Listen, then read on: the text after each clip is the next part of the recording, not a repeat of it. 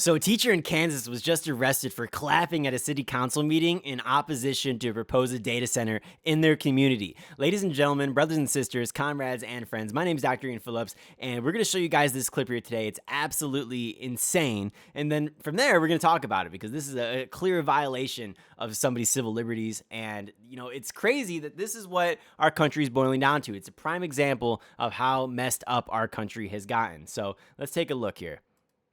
If you approve this, you'll be going against the people that voted you into those chairs.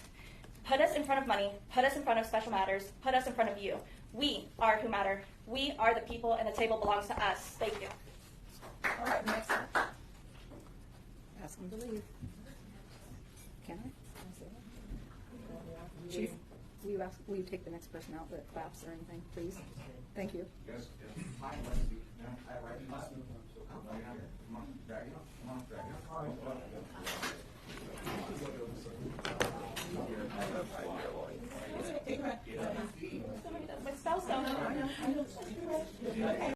What a fucking joke. What a joke. I mean, this is a guy, he's not starting a fire, right? He's not storming the building with rage.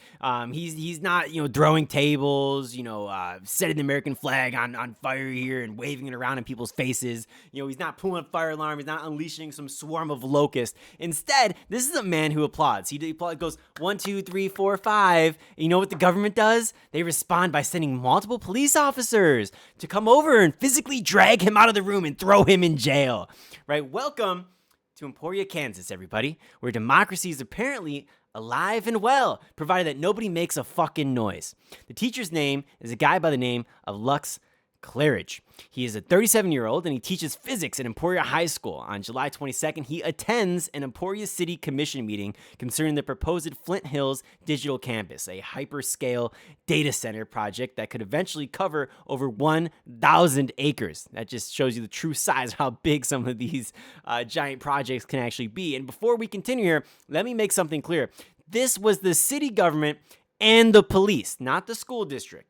Claridge happens to be a teacher, but the people responsible for this authoritarian clown show were the officials running that public meeting and the officers who carried out their order. And apparently the officials had established that there would be no clapping, right? No snapping, no rude comments, no audible indications that the peasants sitting in the audience are allowed to possess their opinions, right? Because God forbid elected officials encounter public disagreement at a public meeting about a public project affecting the fucking public. Apparently, that is simply too much democracy in one room. How crazy is that, ladies and gentlemen? Now, Claridge and several other people applauded speakers who opposed the data center, and the commission warned them. Another opponent finished speaking. Claridge clapped again, about half a dozen times. And that was evidently the moment the entire machinery of government had to spring into action. Oh my God, one of the officials called for the police. Multiple police officers around the man. And Claridge said, I got a right to clap. I'm just applauding a member speaking up before the council. And when they ordered him out, he refused. And they you know what they did instead? They drag him out. And they fucking did that all right. They pull him from his chair, physically carry him out of the meeting. They put him in handcuffs. They book him into Lyon County Jail and charge him with disorderly conduct and interference with law enforcement. Now, inevitably, some unbearable hall monitor is going to crawl into the comments and say, well, technically, Dr. Phillips, he wasn't arrested merely for clapping.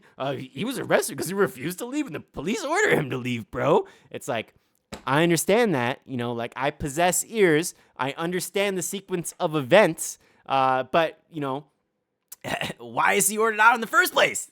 Because he fucking clapped. I'm sorry. The refusal did not materialize out of the ether.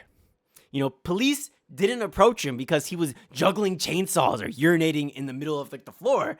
The government decided that a few seconds of applause, 1, 2, 3, 4, 5, not even a few seconds of applause, committed such an intolerable threat to public order that he had to be removed.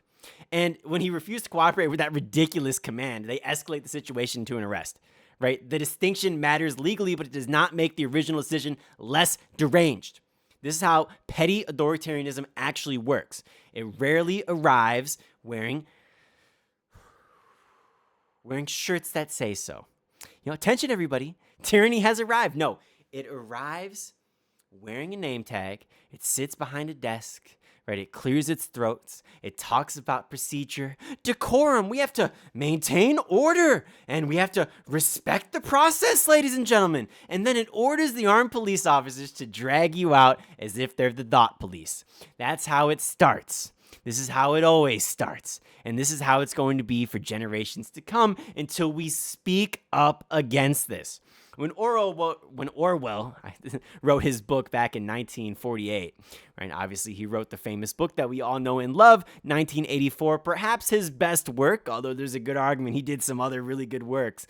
Road to Wigan Pier is one of my favorite books. But when he wrote 1984, he knew that the government was silencing opposition in his time. And he only felt that that was going to get worse and worse. And if we get to the point where we allow stuff like this to happen, at what point can we say that we've tried our best as a society? And at what point can we say we live in the land of the free? Whatever that means. The land without healthcare is what I like to call it. But, it's a crazy time that we live in here.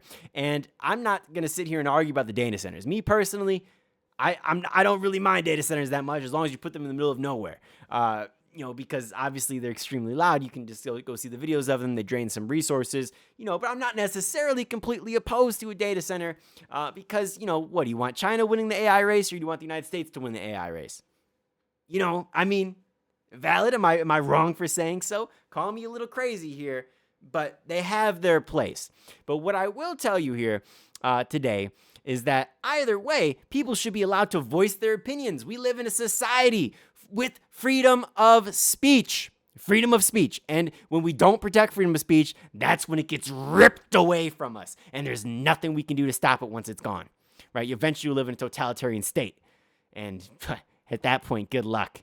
Right? Good luck trying to look at North Korea, for example. Now, I'm not saying that we're going to turn into North Korea.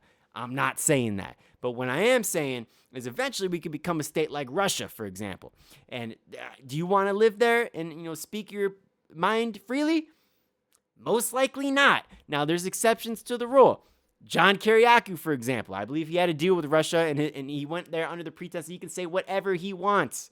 And he did so by saying that he condemns the Russia and Ukraine war. And so I believe, that was like a good flex of opinion right there. He wasn't arrested. So in some regards here, maybe there's a case that sometimes you get some freedom of speech there, but other times not. Obviously, we know what happens to Putin's enemies. They go down in places that you can never find them again. So who knows, guys, what's going to happen with this man. Hopefully, they drop the charges.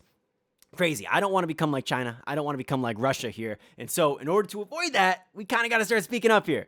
But ladies and gentlemen, if you did enjoy the video here, my name is Dr. Ian Phillips. Thank you for watching my content. You can follow me on social media at Ian Phillips USA, and we're going to talk to you guys later. Peace.